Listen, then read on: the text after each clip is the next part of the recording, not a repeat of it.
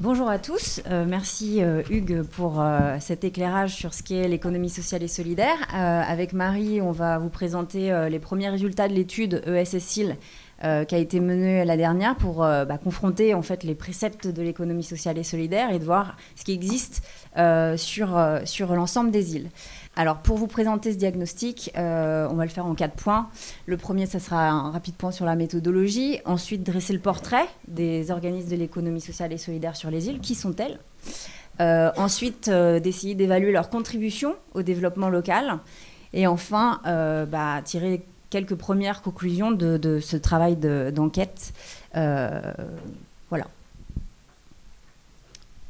Alors, sur la méthodologie, elle est assez classique. Il y a une première étape d'analyse quantitative à travers des fichiers de l'INSEE, du Registre national des associations, pour quantifier, dénombrer les organisations de l'économie sociale et solidaire, avec confrontation sur le terrain pour un peu nettoyer les fichiers qui sont pas toujours simples à manipuler. Ensuite, cette approche quantitative, elle a été complétée par une approche qualitative qui s'est traduite par 80 entretiens passés sur l'ensemble des îles du Ponant, hormis Watt, mais qui a été complété après, pour échanger avec les responsables des organisations de l'économie sociale et solidaire et les élus aussi pour savoir quelle était leur vision. Et cette approche a été complétée par des approches monographiques. Donc pour compléter la première phase du projet qui a été réalisée par Audrey, il y a 2 approches monographiques qui ont été effectuées donc sur l'île aux Moines et sur Watt. Donc il y a des entretiens qui ont été effectués notamment auprès des représentants d'associations, mais aussi auprès des habitants des îles. C'est ce qui n'avait pas été fait finalement sur la première phase du projet. Donc on a cherché en fait à déterminer les liens, donc les liens entre les associations, les liens entre les assos et les communes, les liens aussi au sein même des structures, mais aussi les objectifs des structures, leurs besoins et leurs perspectives. Et juste une précision, sur le périmètre qui a été utilisé, c'est celui de la loi ESS 2014. Donc toutes les structures qui ont été analysées, ce sont les mutuelles, les coopératives, les associations et fondations quand elles existaient. Donc vraiment le prisme large de la loi ESS pour le périmètre qui est analysé. Alors, quel est l'ESS sur les îles du Ponant ? Alors on va démarrer par des chiffres clés pour poser le décor. Alors sur l'ensemble des îles du Ponant, on a pu recenser environ 550 structures de l'économie sociale et solidaire. C'est quand même un nombre important quand on met en rapport à la population qui est à peu près de 15 500 personnes. Très majoritairement, à 90%, plus de 90%, ce sont des associations. Et il y a une quarantaine de coopératives et mutuelles, donc une partie un peu banque mutuelle de certains... présence de banques sur certaines îles, et puis de la coopération agricole également. On a pu comptabiliser environ 300 emplois générés par ces acteurs de l'économie sociale et solidaire. Donc ce qu'il faut savoir aussi, c'est que les organisations de l'économie sociale et solidaire, elles ne sont pas réparties de manière homogène sur toutes les îles du Ponant. Donc on va retrouver 70% des OESS sur 3 îles, donc les plus peuplées et les plus grandes, à savoir Belle-Île, Groix et l'île-Dieu. L'île qui compte le plus d'OESS, c'est Belle-Île avec 150 structures. Et les 2 îles qui en comptent le moins, donc sont plus petites, c'est Watt et Molène avec moins de 10 associations chacune. Mais elles sont quand même présentes sur toutes les îles, même les plus petites. Alors, là, maintenant qu'on a dressé le portrait chiffré, quelles sont ces structures et qu'est-ce qu'elles font ? Alors, même si les îles sont un peu éloignées parfois du continent, en fait, il y a une partie de l'ESS sur les îles importante qui est complètement liée en fait, à des mouvements historiques et sociétaux. Alors là, on a mis 3 petites images. La première, c'est la carte de France avec la part de l'enseignement privé. Et vous voyez qu'en Bretagne, où sont situées une grande partie des îles du Ponant, il y a une présence forte de l'enseignement privé, catholique. Et il y a des structures qui émanent de ces établissements qui sont des OGEC avec une forme qui fait partie de l'économie sociale et solidaire. La deuxième photo que vous voyez, c'est une photo des années 30, après le Front populaire, les premiers congés payés. Donc le tourisme social aussi a eu une importance et un poids important encore dans les îles du Ponant. Et la dernière, c'est sur le vieillissement de la population et des formes de solidarité familiale qui sont en évolution, et puis des mobilités aussi familiales plus importantes. Et ça, ces 3 mouvements sociaux se reflètent sur les îles avec un poids assez important, puisque ces 3 secteurs-là, ça représente 70% des emplois qu'on a pu évoquer tout à l'heure, les 300 emplois. Alors pour être très concret, ça va être des écoles et des collèges. Il y en a plusieurs privés sur les îles. Ça, c'est pour la partie enseignement privé. Sur le tourisme social, il y a la présence de structures comme des auberges de jeunesse qui permettent à des gens de venir sur l'île à des tarifs plus modérés, en structure collective, des colonies de vacances. Les îles ont été lieu d'accueil de cette jeunesse qui découvrait les vacances. Et des villages vacances aussi, pour certaines familles qui ont plus de difficultés à pouvoir s'offrir des vacances. Et sur la partie vieillissement, Hugues en parlait tout à l'heure, tout le secteur du médico-social et de l'aide à domicile est représenté sur les îles à travers 6 associations dans le médico-social. Donc voilà, c'est près de 200 emplois sur les îles, ces 3 secteurs-là. Donc une ESS là, assez institutionnelle, on est un peu loin là, de dimension participative, mais fruit d'une histoire un peu plus longue. Et à côté de ça, on a un tissu, en revanche, très spécifique. Donc on retrouve un très fort dynamisme de la vie associative, de la convivialité. La création de lien social et la convivialité, c'est le but commun à de nombreuses associations. À Watt, par exemple, il y a 8 associations. Et on a pu noter qu'en fait, la création de lien social, c'était vraiment le but commun à l'ensemble de ces associations, avec notamment la mise en place d'événements pour animer l'île en été comme en hiver. À l'île aux Moines aussi, on a pu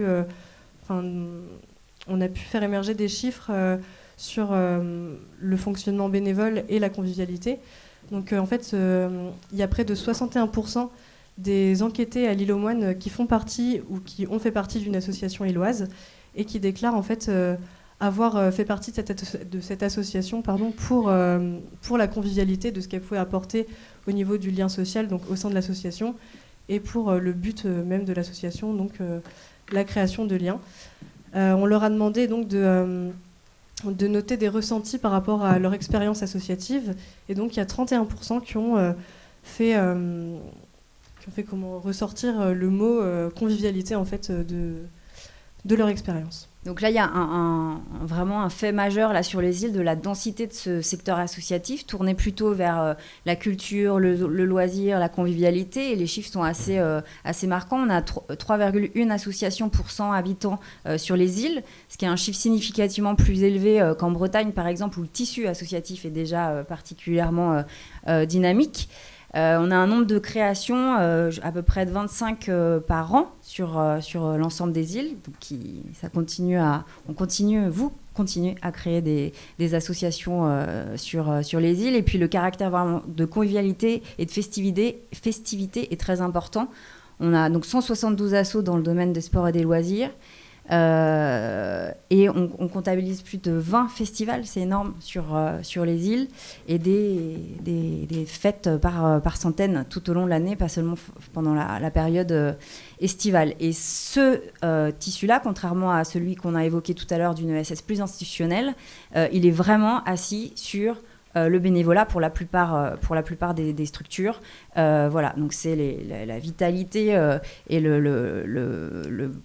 la volonté des insulaires qui est manifeste ici.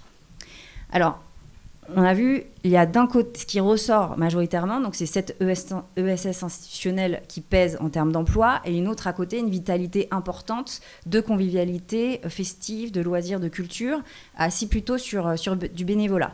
Et par rapport à ce qui était évoqué par rapport à Uxibile, peut-être une atrophie de certaines formes de coopération, dans les chiffres en tout cas.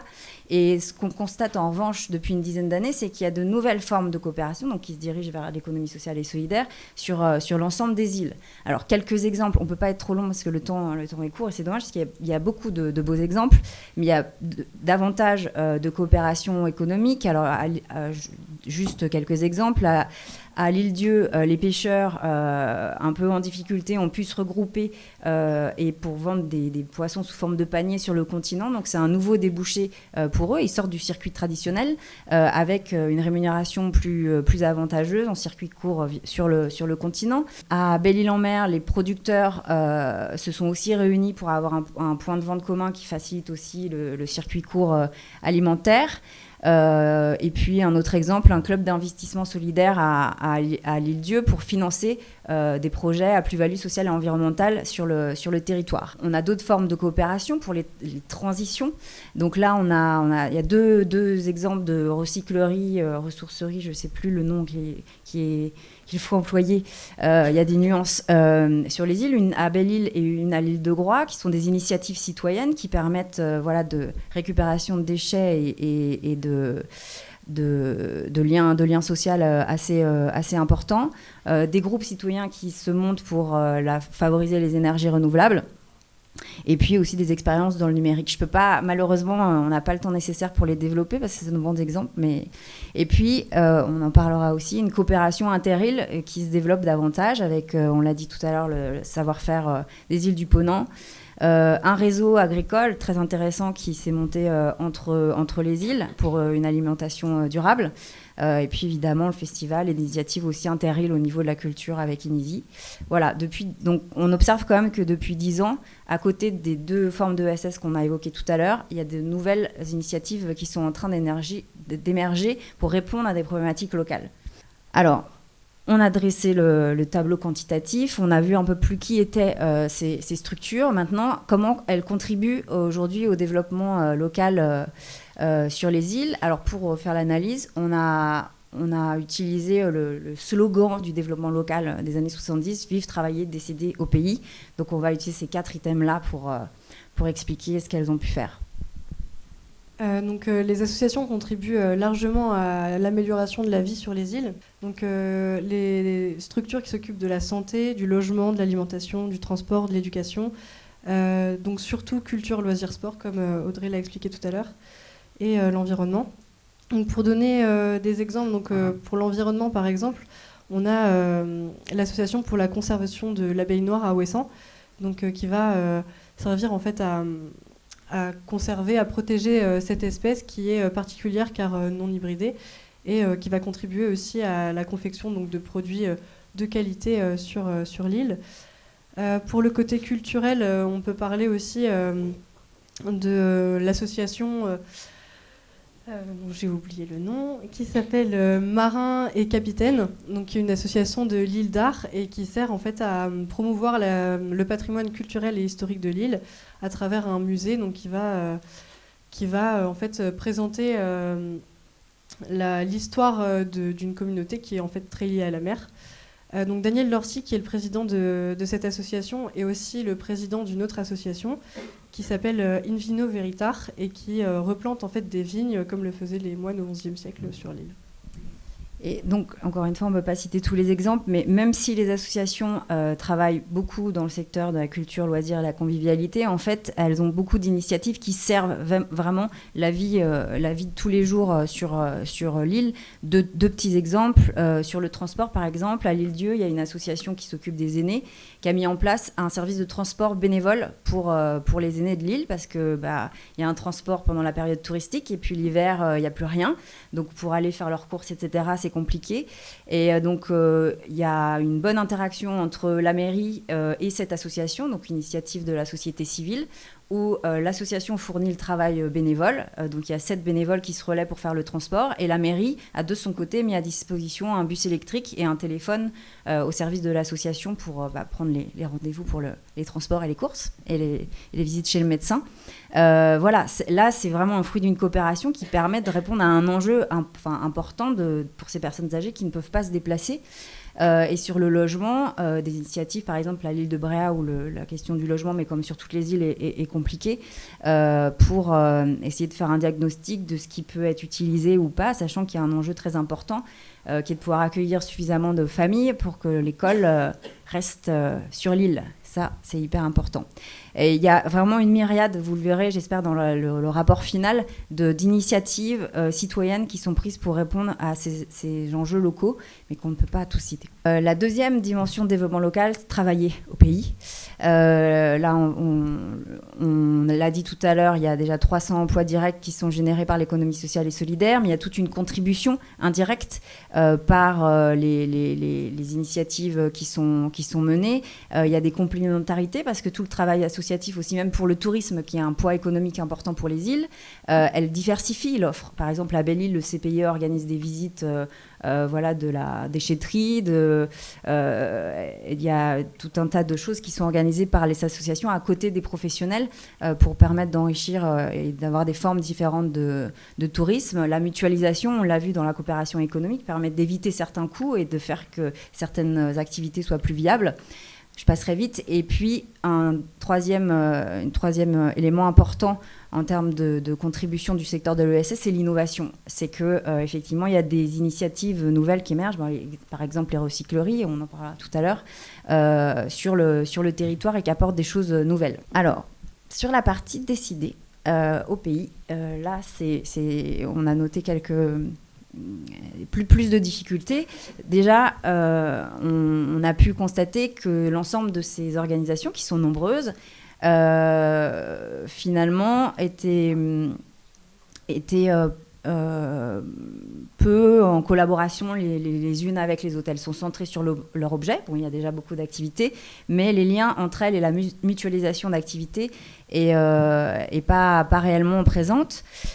Sur le lien avec la municipalité, alors il y a un soutien important, souvent en termes matériels. Alors après, il y a des cas différents entre les îles, mais on ne rentrera pas dans ce détail, pour des locaux ou pas, pour du soutien logistique et matériel. En revanche, sur la dimension consultation participative pour répondre à des enjeux locaux et comment on mobilise les associations, voilà, on n'a pas noté de réelle dynamique en ce sens-là. Avec le continent, des liens avec soit des fédérations existantes, soit des acteurs de l'économie sociale et solidaire, à part à Belle-Île, il y a très peu de choses. Donc elles restent quand même globalement assez isolées dans les interactions possibles. Donc pour faire écho à ce que vient de dire Audrey, on a dressé un peu un schéma représentatif du secteur associatif ouatais sur l'étude qui a été faite. Donc on remarque que finalement il y a beaucoup de communication et de coopération, donc d'entraide ponctuelle entre les associations, donc qui vont se prêter du matériel ou des bénévoles pour des événements. Mais par contre, on a très peu de partage de projets communs. Donc là, même les deux qu'on peut voir, en fait, c'était le passage d'une association à une autre pour un événement. Mais par contre, on a très peu de partage de projets pour répondre à un intérêt commun, à un besoin commun. Donc voilà. Mais là déjà, il y a beaucoup de communication et d'entraide entre ces associations. Il y a des îles où il y en a beaucoup moins, mais après c'est aussi peut-être lié au fait qu'il y a très peu d'associations à Ouate et donc du coup elles communiquent beaucoup entre elles. Et sur la dimension au pays, les structures de l'économie sociale et solidaire participent complètement à la construction territoriale. Déjà, sur l'ensemble de celles qu'on vient d'évoquer, la très très grande majorité se concentre sur des services sur l'île. On est vraiment sur de la proximité. Il y a assez peu d'associations qui sont tournées vers, je sais pas, des causes à l'international. Voilà, la dynamique première, elle est sur ce qu'on fait sur l'île pour et par les habitants. Voilà, avec mobilisation de ressources locales, beaucoup. Il y a une deuxième chose assez importante sur cette dimension-là, c'est la production d'informations. Il y a un exemple qu'on pourra détailler tout à l'heure sur la radio de l'Île-Dieu. Voilà, parce que une des premières choses assez importantes, c'est de pouvoir communiquer et de faire caisse de résonance des actions quand une asso a besoin de bénévoles, etc. Et certaines, voilà, sont des outils importants et elles publient aussi beaucoup d'informations à leur échelle. La troisième dimension importante, c'est la contribution au débat. Voilà, celles qui sont dans l'environnement, etc., vont pouvoir créer des rencontres et avoir des petites agoras, en fait, chacune à leur échelle. Et puis, on a noté la présence de 2 associations, Aïeux et Belle-Île, qui ont plus une dimension, voilà, de développement local et avec de la coordination. Et quatrième point, sur les structures qui travaillent sur les îles, on note, on l'a dit tout à l'heure, peut-être une échelle territoriale qui a exploité encore peut-être davantage inter-îles avec les initiatives qu'on a vues tout à l'heure. Et est-ce qu'il est en train de se former, et notamment via l'AIP, le Festival des Insulaires, et d'initiatives nouvelles de coopération inter-îles plus importantes que précédemment. Alors, maintenant que le portrait est dressé, que nous avons vu de quelle manière les structures contribuent au développement local, on va revenir sur des enseignements, on en a pris quelques-uns, qu'on a pu tirer de l'étude. La première, c'est l'ambivalence en fait, de l'insularité sur son influence sur la coopération. On a un peu, je crois, l'image d'Épinal, en tout cas de l'extérieur, de la solidarité insulaire. Alors, elle existe, mais je trouve qu'il y a quelqu'un sur une île qui a bien décrit la chose, c'est qu'il y a sans doute davantage. Il y a beaucoup de collaboration, mais pas tant que ça de coopération. Et en fait, il y a quelque chose d'assez dual dans l'île sur la coopération. D'un côté, il y a vraiment une liberté de faire et d'une conscience qu'il faut faire par soi-même parce qu'on n'a pas le choix autrement, ça c'est très fort. Une entraide très forte, ponctuelle, parce que voilà, quand il n'y a pas le choix, le bateau est absent ou il manque quelque chose, cette entraide est très, très, très présente. Pour les projets et la coopération, l'interconnaissance, tout le monde se connaît, on sait où aller chercher telle chose pour monter le projet, et ça peut aller très vite. Certains aussi ont évoqué durant l'enquête une forme de disponibilité accrue pendant l'hiver, ce qui peut favoriser parfois des temps d'échange et la genèse de certains projets. Et très important, il y a un sentiment d'appartenance à l'île qui est très élevé et qui contribue aussi à l'émergence des projets. Et à côté de ça, en revanche, l'insularité a aussi des effets, constitue une forme de frein à la coopération, parce que, comme le disait quelqu'un à Edic, on n'est pas une bande d'amis, en fait. On est plutôt comme une famille. C'est qu'il y a quand même des inimitiés, le grand-oncle que j'aime moyennement, mais bon, voilà, quand il faut, on fait ensemble, mais c'est pas toujours le cas. Et donc, on a plutôt une collaboration aussi assez informelle, parce que, comme il n'y a pas beaucoup de gens non plus, parfois, on n'a pas envie de mettre, entre guillemets, tous ses œufs dans le même panier. Ça va être très ponctuel. Et de s'engager sur des projets de coopération plus lourds, ça peut être difficile en termes humains. Je ne vais pas tout détailler, mais en fait, ce qu'il faut retenir, c'est que cette insularité, sur la coopération, elle a vraiment deux aspects, vraiment des facteurs très positifs qui peuvent l'aider, mais aussi des freins importants, et c'est pour ça que l'aspect inter-île peut être intéressant pour lever certains freins. Au niveau en fait, on a vu que l'ESS insulaire était assez dynamique et assez fort, mais on retrouve aussi une certaine fragilité, notamment au niveau de l'essoufflement du monde associatif. En fait, on a remarqué, surtout à Watt, j'ai pu en parler avec beaucoup de représentants d'associations, en fait, ce sont finalement toujours les mêmes qui vont porter à bout de bras les projets ou les associations. Et donc, beaucoup de structures vont reposer sur toujours les mêmes personnes. Et donc, du coup, on retrouve un épuisement de ces personnes-là. Et aussi un essoufflement de l'engagement associatif. Donc, il y a de moins en moins de monde à s'engager. Après, il faudrait voir les chiffres, mais en tout cas, c'est ce qui se dit. Et il y a aussi de moins en moins de jeunes. Et donc, du coup, toujours les mêmes, encore une fois, et un épuisement. Donc, oui, sa grosse point de fragilité, ça ressortait vraiment des enquêtes, cet essoufflement bénévole. Et puis, pour les structures qui sont employeuses, une fatigue à la course au financement. Et juste un point sur l'ESS institutionnel, dont on disait qu'elle représentait 70% de l'emploi. Il va sans doute à l'avenir être peut-être en contraction. Sur les établissements privés, il y en a une école qui a fermé, c'est le public qui a repris. Et sur le tourisme social, à voir ce qui devient, qui est aussi parfois un petit peu en difficulté. Et le troisième et dernier point, il faut qu'on avance. Ce qu'on a pu constater, c'est que il y avait une myriade de projets, un dynamisme fort, mais une myriade de projets qui se parlent finalement assez peu. Et donc on a plutôt l'impression d'avoir un territoire de projets au pluriel, mais un projet de territoire un peu manquant, qui là interroge sans doute la gouvernance au niveau local, et ce qu'on disait tout à l'heure, d'imbriquer les entreprises et les associations et les élus pour répondre aux problématiques communes. Et on va terminer ici le diagnostic pour les prochaines étapes et comment on va terminer le projet. Il y en a une, première étape, c'est maintenant. Sur les ateliers de Ouessant, pouvoir échanger. Là, on va démarrer avec la table ronde et faire émerger des propositions. Ensuite, Louis Brigand fera peut-être une étude comparative à Belle-Île-en-Mer, parce que pour information sur Soldat Louis, la première étude qu'il ait faite en tant qu'étudiant en 79, c'était sur le secteur associatif à Belle-Île-en-Mer. Et pour vous dire, dans son étude que j'ai lue forcément, il y avait à peu près un peu moins de 40 associations. Il y en a 150 aujourd'hui. Donc en 40 ans, les choses ont beaucoup changé. Ensuite, après, il y aura un travail interdisciplinaire avec Marina Kassoula, qui est ici, sociologue à Toulouse, et Pascal Guillemin, qui est professeur en sciences de gestion à Rennes. Pour compiler un peu tout ça et apporter une approche interdisciplinaire. Et ensuite, le rapport final et les recommandations qui intègrent évidemment pleinement ce temps fort de cet après-midi avec les échanges qui vont avoir lieu maintenant.